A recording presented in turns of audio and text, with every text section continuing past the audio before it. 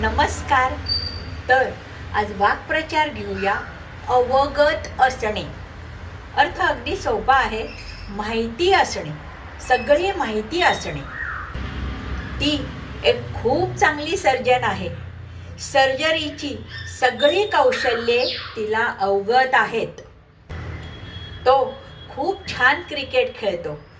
क्रिकेटमधले सगळे डावपेच, सगळी कौशल्ये त्याला अवगत आहेत. आजकाल ना गाड्यांमध्ये खूप चांगले चांगले शोध लागत आहेत.